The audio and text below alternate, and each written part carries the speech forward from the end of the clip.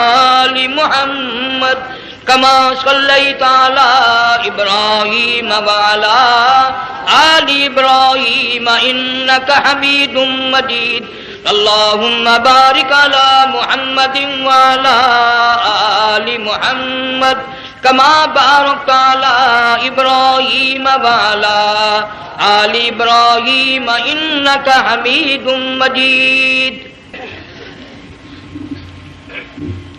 حضرات علماء کرام، محترم بزرگوں، عزیز دوستو، کافی سارے عرصے کے بعد آپ کے شہر جھنگ میں حاضری کا اتفاق ہوا، اور اللہ جانتا ہے کہ اس وقت دل میں کتنا دکھ محسوس کر رہا ہوں۔ جب بھی جھنگ میں حاضری ہوئی، میرے دائیں یا بائیں مفتی عبدالحلیم رحمہ اللہ تشریف فرما ہوا کرتے تھے۔ آج سٹیج خالی ہے، آج وہ اللہ والا ہم میں نہیں۔ حضور کریم صلی اللہ علیہ وسلم نے ارشاد فرمایا، علماء کا انتقال قیامت کا پیش خیمہ ہے۔ اللہ والوں کا دنیا سے اٹھ جانا گھنٹی ہے اس بات کی کہ قیامت آئی۔ پھر ایسا اللہ والا جو کبھی کسی کو لڑا کے راضی نہیں، کسی کو بھڑا کے راضی نہیں، پورے شہر کو ملا کر چلے کے چلنے والا، اللہ اور اس کے رسول کریم صلی اللہ علیہ وسلم کے صحیح راستے پہ لوگوں کو گامزن کرنے والا، آخری دم تک اسی کوشش میں، اسی سعی میں اور اللہ اللہ کرنے میں اور کرانے میں ساری زندگی گزار دی۔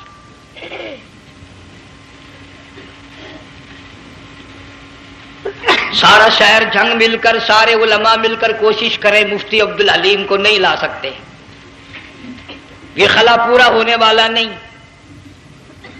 پھر ساتھ ساتھ مولانا صوفی محمد یار صاحب سب قید رحمہ اللہ، وہ بھی اس دنیا فانی سے رخصت فرما گئے، ایک اچھے خاصے طبقے کو وہ بھی داغ مفارقت دے گئے۔ اور قریب ہی کے زمانے میں سرگود شہر میں مفتی احمد سعید صاحب رحمہ اللہ وہ بھی رخصت ہو گئے۔ تو یقین جانو ان حضرات کا دنیا سے اٹھنا اس بات کی علامت ہے کہ ملک میں کچھ نہ کچھ ہونے والا ہے۔ جب آگ لگتی ہے، طوفان آتا ہے، بارش آتی ہے، عورت اپنے بچوں کو تلاش کرتی ہے، ادھر آ جاؤ، بارش آ گئی، آگ لگ گئی، اللہ پاک بھی اپنوں کو پہلے بلا رہا ہے، یہاں کچھ ہونے والا ہے، تم پہلے ہی آ جاؤ۔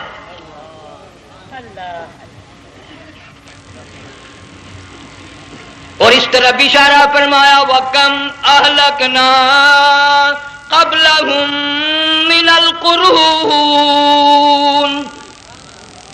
اللہ فرماتے ہیں میری زمین پہ عداوت نہ کرو، فساد نہ مچاؤ، قتل نہ کرو، خون نہ بہاؤ، ناحق لوگوں کا خون نہ بہاؤ۔ اللہ پاک کی زمین ہر روز صبح کو عرض کرتے الہی لوگ مجھ پہ زنا کر کے چلتے ہیں، بدماشی کر کے چلتے ہیں، اجازت دے میں لقمہ بنا کر نگل جاؤں۔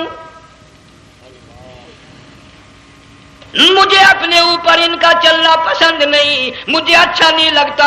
ہر روز آواز لگاتی ہے، ظالموں، بدکاروں، بدماشوں، میرے اوپر دندناتے پھرتے ہو، ایک نہ ایک دن میرے اندر آؤ گے، تمہیں پتہ چل جائے گا کہ میں تم کو کتنا دشمن رکھتی تھی۔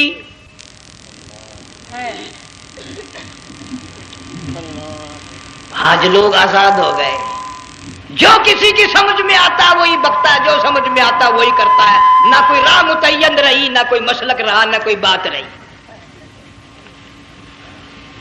جناب مدنی کریم صلی اللہ تعالی علیہ وسلم کا بڑا عظیم تر صحابی ہے، بہت بڑا جرنیل ہے، سیدنا معاذ ابن جبل رضی اللہ تعالی عنہ، مدینے پاک میں بیمار ہے، آخری وقت ہے، دعا کرو اللہ ہم سب کو مدینے کی موت عطا فرمائے۔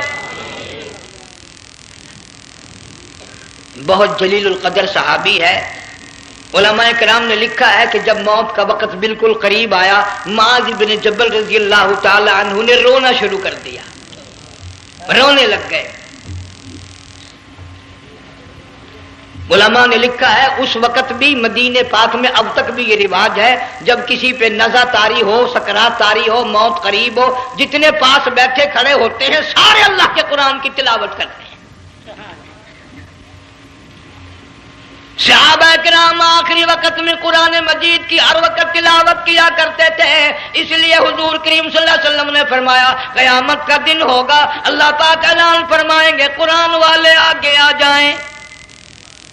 عرض کیا جائے گا قرآن والوں سے کون مراد ہے؟ حق تعالیٰ جل شانہ فرمائیں گے میں قرآن والا اس کو کہتا ہوں جو میرے قرآن سے عشق رکھتا تھا، پیار کرتا تھا، محبت کرتا تھا، اتنا پیار تھا آخری وقت تھا، ادھر موت کا جھٹکا لگا، ادھر میرا بندہ قرآن پڑھ رہا تھا،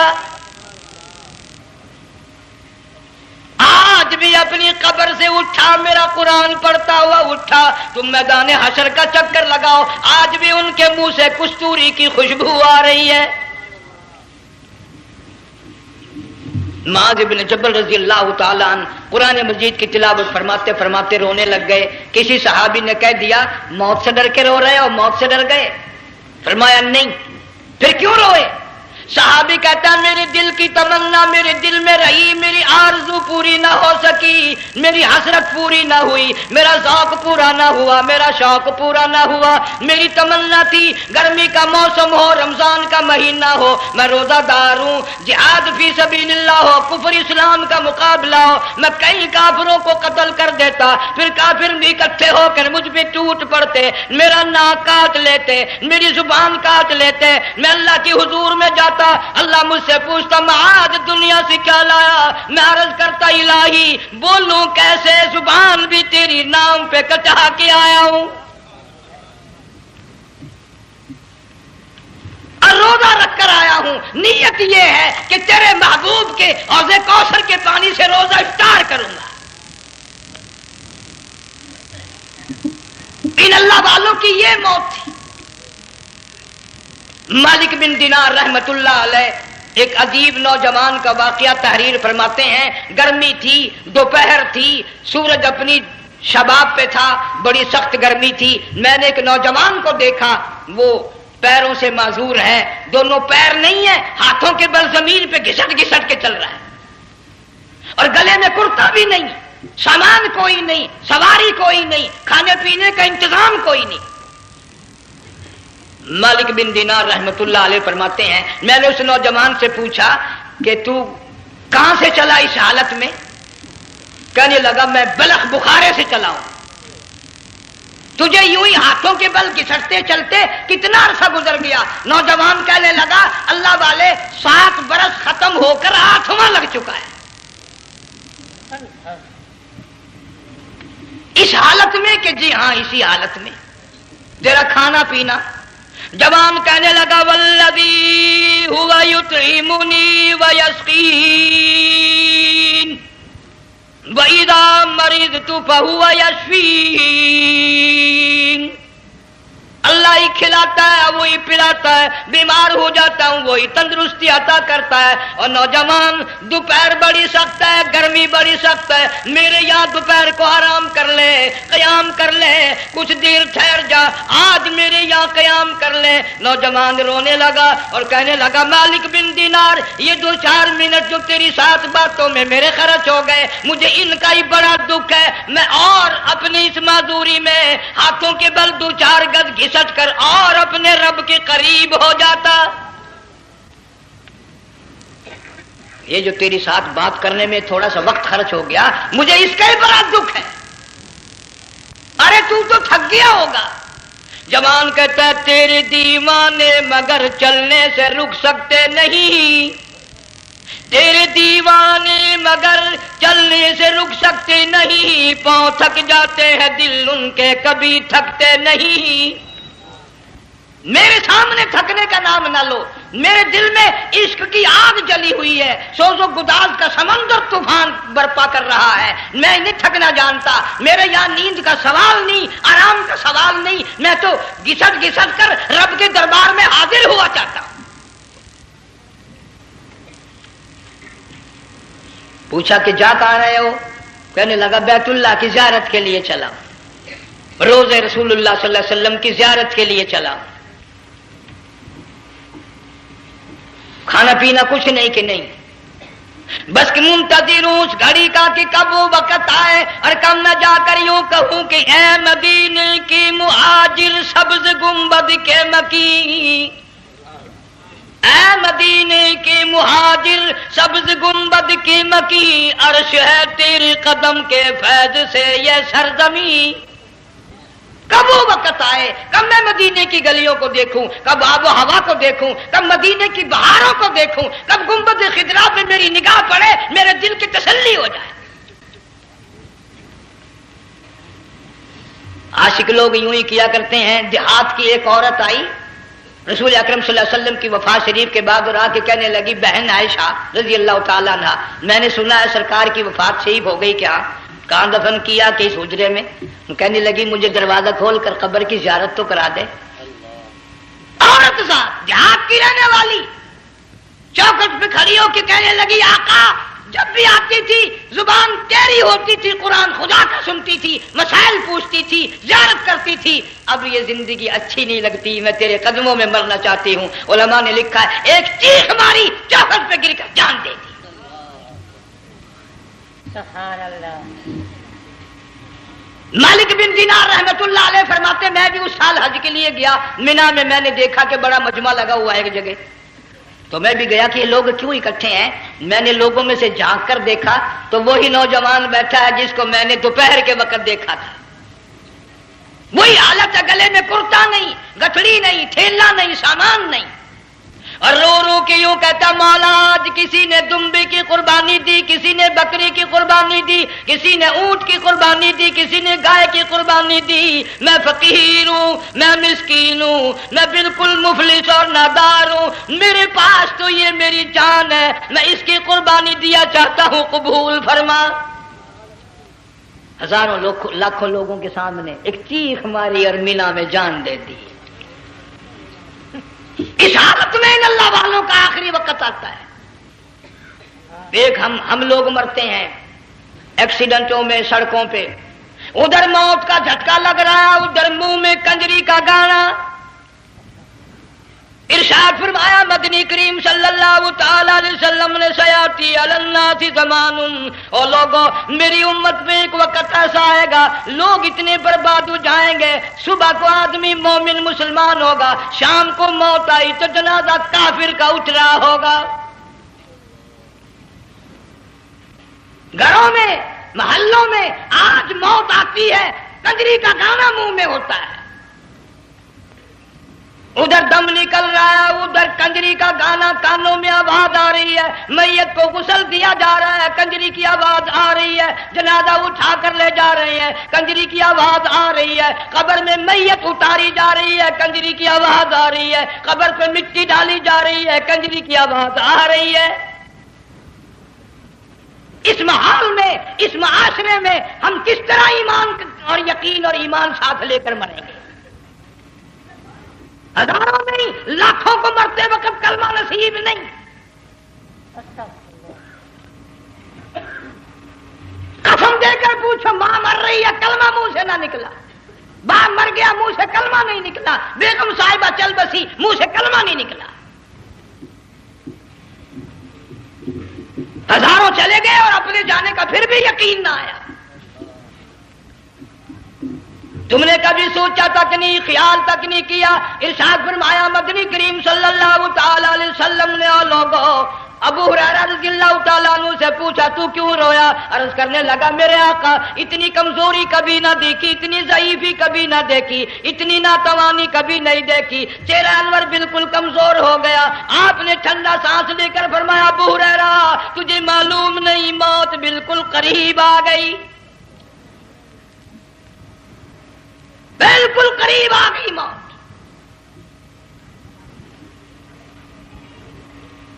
تیری ایک انگلی پکڑ کر اگر کوئی مروڑ دے کتنا دکھ ہوگا، درد ہوگا، ہائے ہائے ہائے۔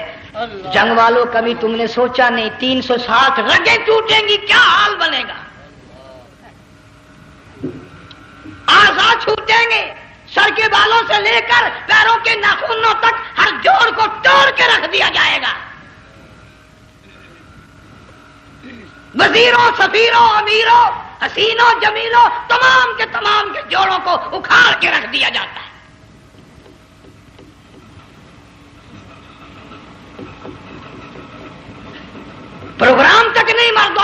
کا یہ دنیا کسی کی نہ بنی، قبر میں آخر جانا ہی جانا ہے۔ علماء کرام نے لکھا ہے کہ حضرت عیسیٰ علیہ السلام کے پاس لوگ آئے اور کہنے لگے نئی نئی قبروں سے مردے زندہ کر کے دکھاتے ہو، آؤ ہم ایک پرانی قبر پہ لے کے چلتے ہیں، مردہ زندہ کر کے دکھاؤ۔ عیسیٰ علیہ السلام تشریف لے گئے، فرمایا کم باذن اللہ، ایک نوجوان زندہ ہو کر قبر سے نکل کر سامنے آ کر کھڑا ہو گیا۔ عیسیٰ علیہ السلام نے پوچھا تو کون ہے؟ وہ کہنے لگا میرا نام سام ہے، میں حضرت نوح علیہ السلام کا بیٹا ہوں۔ تو پیغمبر کا دماغ تو پیغمبر کا ہوتا ہے نا۔ فرمایا تجھے تو بڑا عرصہ قبر میں گزر گیا، کتنے ہزار سال قبر میں گزر گئے؟ کہ جی ہاں۔ عیسیٰ علیہ السلام نے فرمایا یار ملاقات تو اللہ نے کرائی دی، قبر کا کچھ حال تو بتا، کیا بنتی ہے؟ قبر کا کچھ ماحول بتا، قبر کی خبر بتا۔ علماء کرام نے لکھا وہ نوجوان رونے لگا اور کہنے لگا عیسیٰ علیہ السلام تو قبر کی خبر پوچھتا ہے، قبر کا حال پوچھتا ہے، قبر کا ماحول پوچھتا ہے، قبر کا معاملہ مجھ سے پوچھتے ہو، آپ مجھ سے پہلے یہ کیوں نہیں پوچھتے کہ موت کا جھٹکا کتنا شدید ہے؟ نوجوان رو کے کہنے لگا عیسیٰ علیہ السلام کتنے ہزار سال میری موت کو گزر گئے، پر مالک کائنات کی قسم آج تک میرا منہ کڑوا ہے۔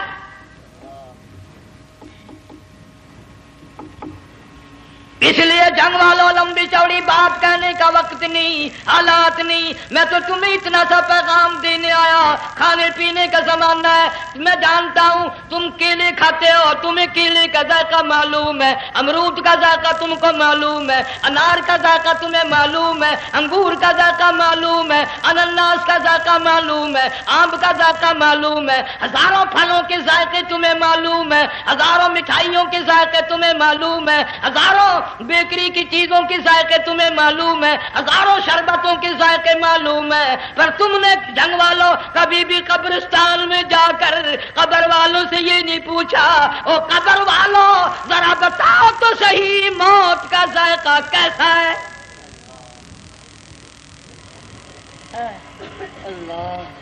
تم نے چکھا نہیں، جنہوں نے چکھا وہ بتانے نہ آئے کیسا ذائقہ ہے۔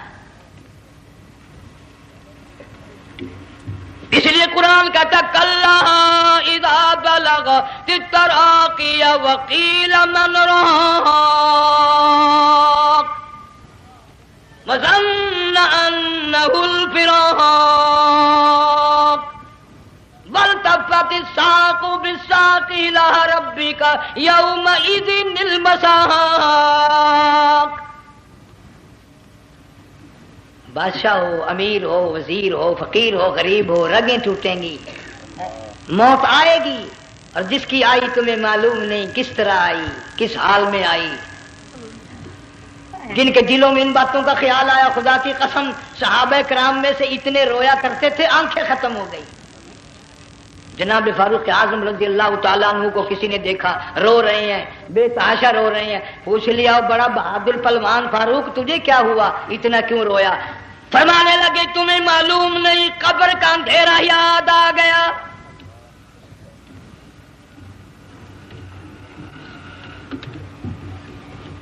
ایک 1,29,000 صحابہ کرام اس آخرت کے لیے قربانیاں دیتے آئے، اولاد کی قربانی دی، مال کی قربانی دی، جان کی قربانی دی، جو کرنا پڑا وہ کر گزرے، لیکن محمد عربی صلی اللہ علیہ وسلم کا دامن نہ چھوڑا۔ اسی لیے ہر سال اللہ پاک جل شانہ نے اس امت کو یہ موقع دیا کہ سنت خلیل پہ عمل کرتے کرتے قربانیوں کی یاد تازہ ہو جائے، قربانیوں کی یاد تازہ ہو جائے۔ قرآن کریم میں جا بجا ابراہیم علیہ السلام کا اللہ پاک نے ذکر خیر فرمایا، یوں فرمایا ہم نے ان کے بڑے امتحان کیے، بڑی آزمائش کی، وہ ساروں میں کامیاب ہوئے۔ تم ہر وقت اللہ سے یہ دعا کیا کرو اللہ ہمیں امتحان میں نہ ڈالے، آزمائش میں نہ ڈالے، ہم امتحان کے قابل نہیں۔ یہ ہمارے جو امتحان ہوتے ہیں ان میں نقل ماری جاتی ہے، تو اللہ امتحان لے گا تو نقل کیسے ماریں گے، کیسے کام چلے گا؟ جناب ابراہیم علیہ السلام کو اللہ پاک نے ہزاروں امتحان میں مبتلا کیا، ہزاروں آزمائشیں کی، فَأَتَمَّهُنَّ سب میں کامیاب گیا، سب میں پاس نکلا۔ ایک آزمائش ایسی بھی آئی اللہ کی توحید کی وجہ سے، شرک کو مٹانے کی وجہ سے ابراہیم علیہ السلام کا سارا مصر فلسطین دشمن بن گیا، حضرت سارہ کو ساتھ لے کر چل دیے، ایک بیوی ساتھ ہے، اکیلا دم ہے۔ یہاں تو لوگ محلوں میں شہروں میں کہتے ہیں جی میں اکیلا ہی ہوں، میں کیا کروں؟ اگر خلیل کہتا کہ میں اکیلا ہوں تو آج قرآن میں اس کا ذکر خیر کیسے ہوتا؟ پرواہ نہ کی، وہ کہتا ہے میرے لیے میرا اللہ کافی ہے۔ کون کہتا ہے میں اکیلا ہوں؟ میری ساتھ تو اللہ ہے۔ مصر سے گزرنے لگے، بادشاہ کے ملازموں نے بادشاہ کو جا کے بتایا بڑی خوبصورت عورت گزر رہی ہے تیرے حلقے سے، بہت بڑی خوبصورت عورت ہے۔ کہ ملازم پکڑ کے لے کے چلے تو عورت ذات حضرت سارہ رونے لگ گئی، خلیل میرا کیا بنے گا؟ پیغمبر کو اللہ کی ذات پر بڑا یقین ہوتا ہے، فرمایا پرواہ نہ کر، میری آبرو میرے مولا کی آبرو ہے، چاہے جہاں چلی جا میری عزت کی حفاظت میرا اللہ کرے گا۔ فرمایا فاللہ خیر حافظا وہو ارحم الراحمین، پرواہ نہ کر، میں اس کا پیغمبر ہوں، نبی ہوں، چیخا میں جلا اس کے لیے، سارے دکھ اٹھاتا ہوں اس کے لیے، میری عزت کی حفاظت وہی کرے گا۔ محل میں جا کر حضرت سارہ کو بند کر دیا، بادشاہ نے بلوایا ہے عزت لوٹنے کے لیے، بادشاہ نے پکڑوا کر منگوایا ہے آبرو برباد کرنے کے لیے، بادشاہ کا ارادہ ہے سارا کی عزت کو برباد کرنے کا، اور اللہ کا پروگرام ہے سارا ادھر آ، اس محل میں ایک معصوم بچی ہے جس کا نام ہاجرہ ہے، میں اس کو اتنا پسند کرتا ہوں، اللہ فرماتے ہیں اس کے پیٹ سے اسماعیل ذبیح اللہ کو پیدا کرنا چاہتا ہوں، اس کی نسل سے حبیب اللہ کو لانا چاہتا ہوں، آج تک کسی کی انگلی اس کی طرف نہیں اٹھی، سارا محل میں آؤ، اس کو آ کر ساتھ لے جاؤ تاکہ میرے ذبیح اللہ کی پیدائش کا معاملہ بن جائے۔ بادشاہ کا ارادہ ہے آبرو برباد کرنے کا، اللہ کا ارادہ ہاجرہ کی آبرو بچانے کا۔ فرمایا وَيَمْكُرُونَ وَيَمْكُرُ اللَّهُ وَاللَّهُ خَيْرُ الْمَاكِرِينَ، اس نے بھی تدبیر بنائی، میں خدا نے بھی تدبیر بنائی۔ بادشاہ آیا حضرت سارہ کے قریب برائی کا ارادہ کر کے، مفسرین نے لکھا ہے حضرت سارہ نے فرمایا مجھے 2 رکعت نماز پڑھنے دے۔ یہاں سے پتہ چلا کوئی پاک دامن عورت، کوئی نیک بیٹی اگر غنڈوں میں بدماشوں میں پھنس جائے، عزت بچانے کا طریقہ یہ ہے وضو کر کے اللہ کے سامنے نیت تو باندھ، تیری عزت کے لیے وہ فرشتے بھیجے گا۔ علماء کرام نے لکھا ہے کہ ایک جہاز سمندر میں چل رہا ہے، طوفان آیا، جہاز تختہ تختہ ہو گیا، کچھ لوگ غرق ہو گئے، ڈوب گئے، کچھ تختوں پہ بہ کر کے چلنے لگے، ایک عورت گود میں بچہ ہے، ایک حبشی نوجوان دوسرے تختے پہ بیٹھا ہوا جاتا ہے، اس نے عورت اکیلی دیکھ کر اپنا تختہ چھوڑ دیا اور بدماشی کے ارادے سے عورت کے تختے پہ آ بیٹھا۔ تم جنگ والے سوچ رہے ہوگے کہ ڈوبتے وقت بھی باز نہ آئے، یہ سیلاب آتے ہیں لوگ بدماشیوں سے باز آئے؟ ڈوب گئے مگر باز نہ آئے، بغیرتی لوگ کرتے ہی رہے۔ علماء کرام نے لکھا حبشی نوجوان نے عورت کا بچہ چھینا سمندر میں پھینک دیا، عورت روئی اور کہنے لگی میرے اللہ بیٹھی رہتی ہوں، عزت جاتی ہے، حرکت کرتی ہوں ڈوب جاؤں گی، میں نے سنا ہے سمندر کی گہرائیوں سے تو نے یونس علیہ السلام کی سنی تھی، میں تو پانی کے اوپر بہ رہی ہوں، مولا میری آبرو بچا، میرا ایمان بچا، میری عزت بچا، تیرے سوا میری سننے والا کوئی نہیں، لا الہ الا انت سبحانک انی کنت من الظالمین۔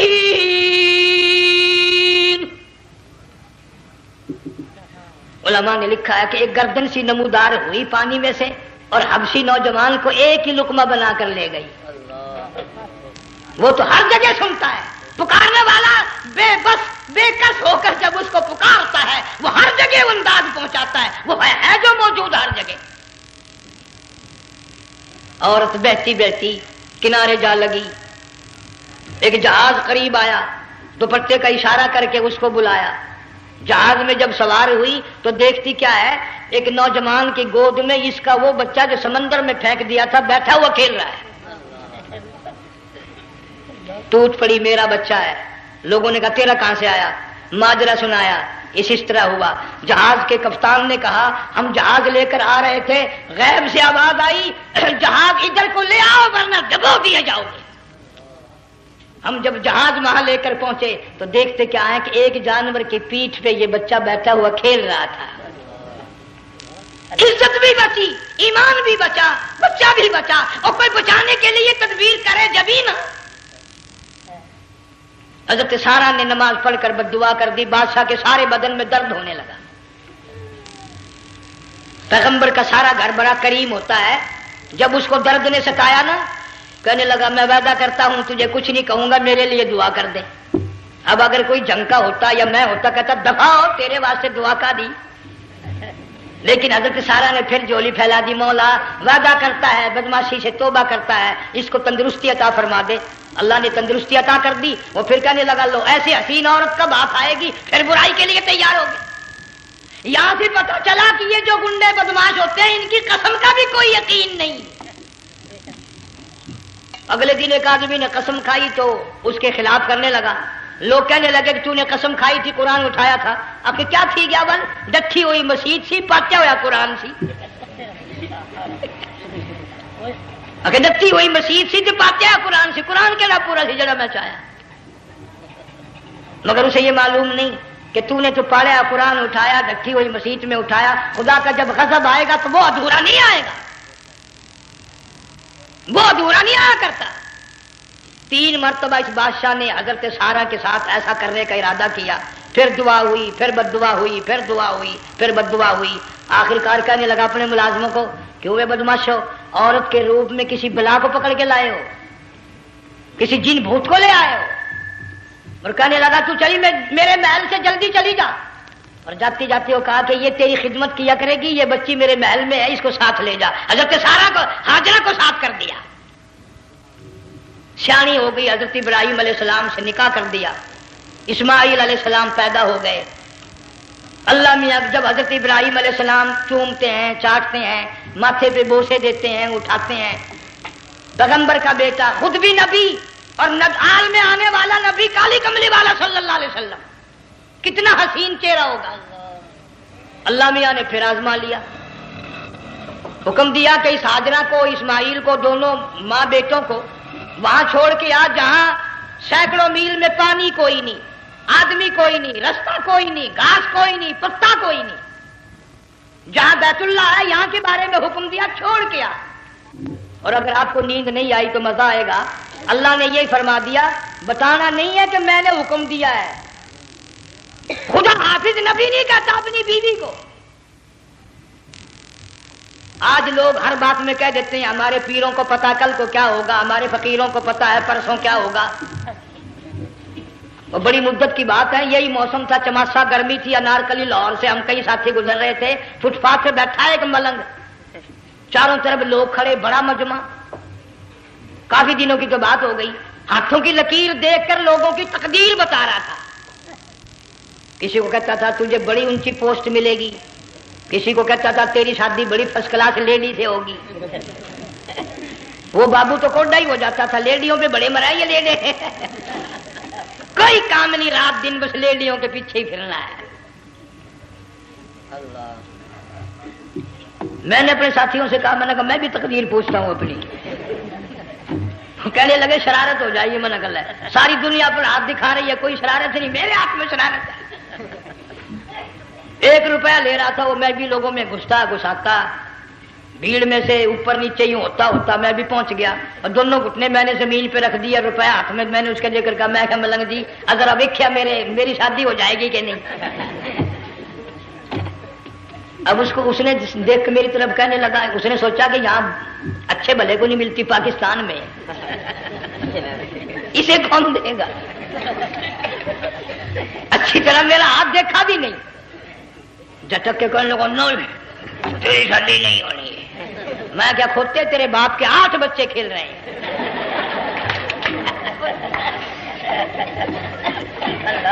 یوں ہی عقیدے بگڑ جاتے ہیں لوگ۔ ہمارے پیر کو پتا، فقیر کو پتا، کسی کو پتا نہیں ہے، کوئی نہیں جانتا۔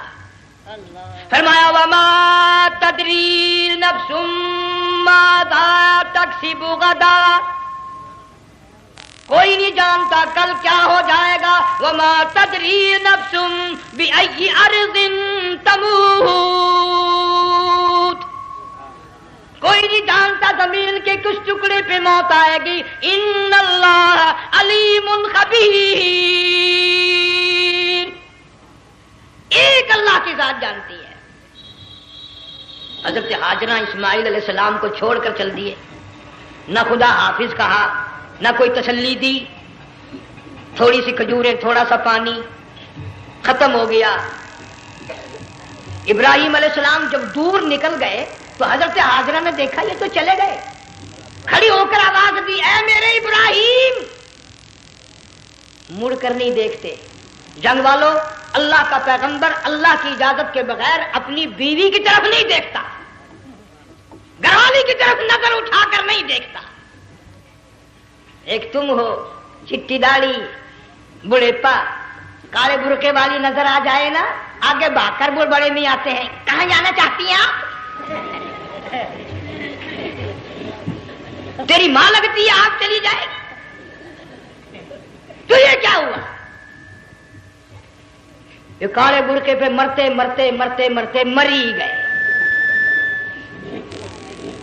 ایسا عجیب تماشا۔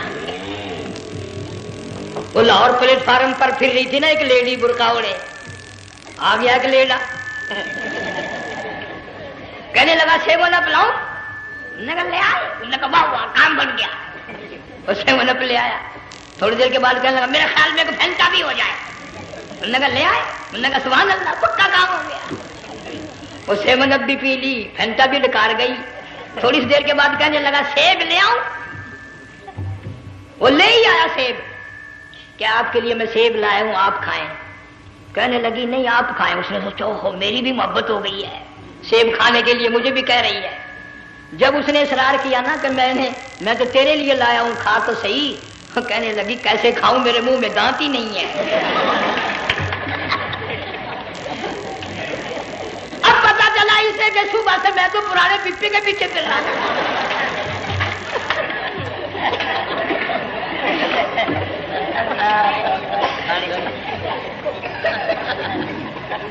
صرف برقع دیکھا چل دی۔ یہاں پیغمبر اپنے گھر والی کی طرف نہیں دیکھتا۔ حضرت ہاجرہ نے اسماعیل علیہ السلام کو سینے سے لگایا، عرب کی قداور مائی، طاقتور مائی، دوڑ لگا کر حضرت خلیل کا راستہ آ کے روک لیا اور کہنے لگی میں جوان عورت، یہ پیارا نور نظر، یہ لخت جگر، شکل تو دیکھو، صورت تو دیکھو، ہمیں یہاں چھوڑ کے جا رہے ہو؟ اللہ کا پیغمبر بولتا نہیں۔ پتہ چلا پیغمبر اللہ کی اجازت کے بغیر سانس نہیں لیتا، آنکھ کا اشارہ نہیں کرتا۔ حضرت ہاجرہ رونے لگ گئی، میرے خلیل، میرے ابراہیم، میرا قصور بتاؤ، میرا جرم بتاؤ، میری خطا بتاؤ، میرا گناہ بتاؤ، معافی چاہوں گی، معذرت کروں گی، اس بچے کا کیا گناہ ہے اس میدان میں چھوڑ کے چلے ہو؟ بولتے نہیں ہیں، اللہ کی طرف سے بولنے کی اجازت نہیں ہے۔ حضرت ہاجرہ نے خود ہی قیاس لگایا، سوچتی ہیں پیغمبر تو کسی پہ ظلم نہیں کرتا۔ وہ کہنے لگی خلیل کہیں اس رب کا حکم تو نہیں، کہیں اس اللہ کا یوں حکم تو نہیں؟ جنگ کے لوگوں اگر خلیل ہاں کہہ دیتا تو کیا حرج تھا؟ ہاں نہیں کہتا، اجازت نہیں، تاکہ ہاجرہ کے یقین ایمان کا امتحان مکمل ہو۔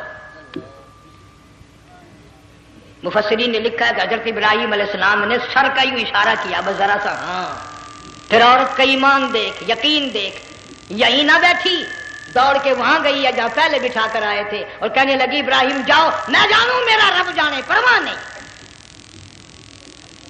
راتیں آتی ہیں چلی جاتی ہیں، دن آتے ہیں گزر جاتے ہیں، تھوڑی سی کھجوریں تھی وہ ختم ہو گئی، پانی ختم ہو گیا، بھوک اور پیاس نے بے چین کر دیا۔ اسماعیل علیہ السلام کی اتنی لمبی زبان باہر نکلا، دو پتھر کھڑے کر کے اوپر ایک پتھر رکھ کر چھاؤں بنائی، اس کے نیچے لٹا دیا، اور پھر چکر لگایا، کبھی صفا پہاڑی پہ چڑھتی ہے، کبھی مروہ پہاڑی پہ چڑھتی ہے، کبھی اترتی ہے، اور ڈھلوان میں سے بھاگ کر چلتی ہے جب اپنا بچہ نظر نہیں آتا۔ سارے کہہ دو اللہ بڑا بے نیاز ہے، اللہ بڑا، زور سے کہو اللہ بڑا۔ کسی کے 500 سال کے سجدے رد، کسی کی ہزاروں سخاوت صدقات رد، کسی کی چال منظور، کسی کی رفتار منظور، کسی کی ٹور منظور۔ اور یوں فرمایا ہاجرہ میری رحمت کی تلاش میں آج جو تو نے دوڑ لگائی ہے، یہ تیری چال ڈال رفتار ٹور ہمیں اتنی پسند آ گئی، اتنی پسند آ گئی کہ آج کے بعد خلیل اللہ کیوں نہ ہو، ذبیح اللہ کیوں نہ ہو، کلیم اللہ کیوں نہ ہو، روح اللہ کیوں نہ ہو، حبیب اللہ کیوں نہ ہو، صحابہ کرام کیوں نہ ہو، قطب ابدال غوث کیوں نہ ہو، میری ہاجرہ مجھے اپنی کبریائی کی قسم جب تک وہ تیری چال چل کے نہ دکھائے گی حاجی کا لانے کا حقدار نہیں ہو سکتا۔ تیری رفتار اسے چلنی پڑے گی۔ فرمایا ان الصفا والمروۃ من شعائر اللہ فمن حج البیت او اعتمر فلا جناح علیہ ان یطوف بہما ومن تطوع خیرا فإن اللہ شاکر علیم۔ 7ویں چکر میں آواز سی آئی، اب رو پڑی حضرت ہاجرہ، کہنے لگی میرا بچہ اگر چل بسا میں پھر کیا کروں گی؟ سن لی میں نے آواز۔ آپ کی کیا دیکھتی ہے؟ اسماعیل علیہ السلام کی نرم و نازک ایڑیاں جس زمین پہ رگڑی گئی تھی وہاں سے چشمہ جاری کر دیا۔ حضرت ہاجرہ نے پی لیا، بھوک بھی ختم ہو گئی، پیاس بھی ختم ہو گئی، بچے کو بھی پلایا۔ اللہ تعالیٰ نے خانہ کعبہ کی بنیاد ڈال دی، ایسے گھر کی بنیاد ڈالی۔ حضور صلی اللہ علیہ وسلم فرماتے ہیں 500 سال کی عبادت ایک طرف اور بیت اللہ پہ ایک نگاہ یوں ڈالنا ایک طرف۔ 500 سال کی عبادت کا وہ ثواب نہیں جو ایک نظر خانہ کعبہ پہ ڈالنے کا ثواب ہے۔ اور اللہ پاک یوں فرماتے ہیں کہ جو آنے والا حجر اسود کو بوسہ دیتا ہے، اللہ پاک یوں فرماتے ہیں میں سمجھتا ہوں میرا سجا ہاتھ پکڑ کر میرے بندے نے چوم لیا۔ جو غلاف کعبہ کو پکڑ کر مانگتا ہے، اللہ فرماتے ہیں میں یہ سمجھتا ہوں میرا دامن پکڑ کے مانگ لیا۔ جو مقام ملتزم پہ لپٹ کے مانگتا ہے، اللہ فرماتے ہیں میں سمجھتا ہوں میری چوکھٹ پہ پڑھ کے مانگ لیا۔ اور فرمایا لوگوں یہ جو آنے والے آئے ہیں یہ رشتہ داروں کے مہمان نہیں، عزیزوں کے مہمان نہیں، دوستوں کے مہمان نہیں، میں خدا میزبان ہوں، یہ میرے مہمان ہیں۔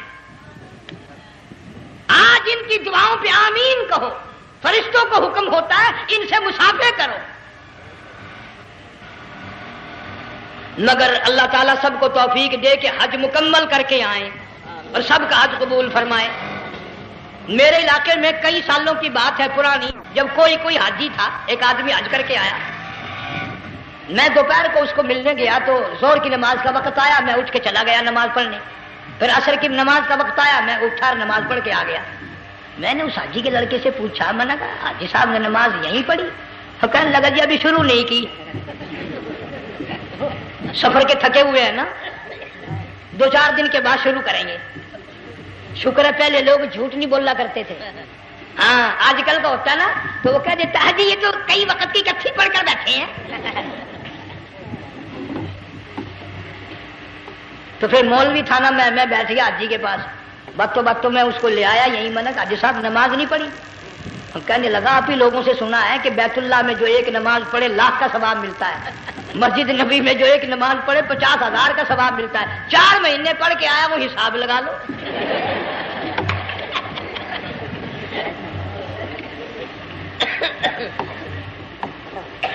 مسائل سیکھتے نہیں، ارکان اور آداب بیت اللہ کے سیکھتے نہیں۔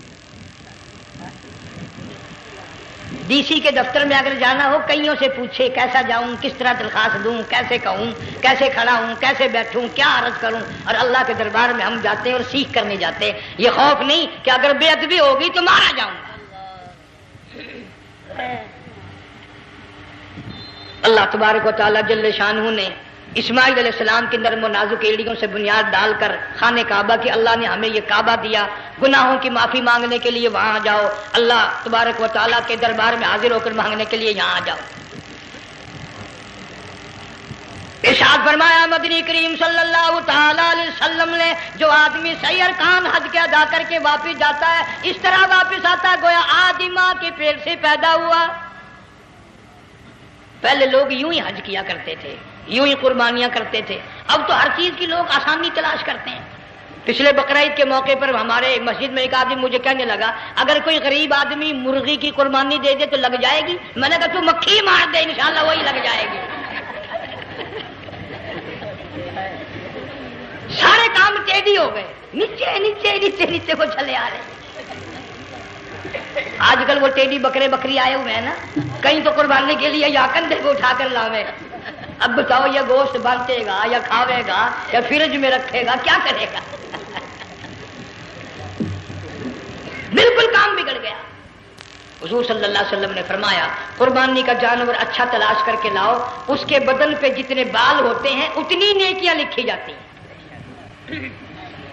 اور میرا موضوع نہیں، حضور صلی اللہ علیہ وسلم نے فرمایا کہ میں نے اللہ سے دعا کی تھی میری امت کا کیا بنے گا، پل صراط پہ سے گزرتے وقت اللہ تعالیٰ نے میری دعا کو قبول فرما کر یوں فرما دیا کہ تیری امت جو قربانی میں جانور ذبح کرے گی میں خدا پل صراط کے کنارے پر زندہ کر کے ان سب جانوروں کو سواریاں بنا کر پیش کر دوں گا۔ اس لیے بقرعید بالکل قریب آ گئی، ہر دین ایمان اسلام کے لیے قربانی کے لیے تیار رہو۔ زیادہ سے زیادہ مجھے آج کل فکر لگا ہوا ہے کہ اپنے گھروں کو میں نماز کا اہتمام کرو۔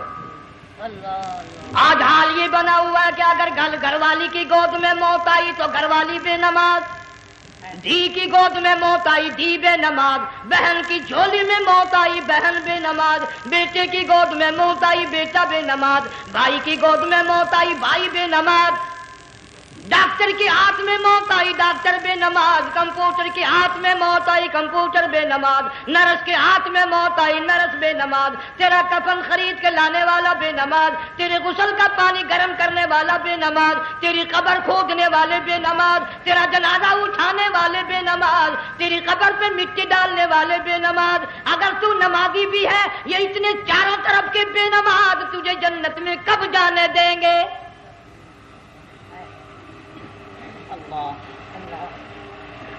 اس بچی کا فکر کیوں نہیں کرتا؟ کلاس میں فیل ہو جائے تجھے دکھ لگتا ہے میری بچی فیل ہو گئی، ساری عمر نماز نہ پڑھے تجھے کبھی درد نہیں ہوا کہ جہنم کے انگاروں میں جلے گی۔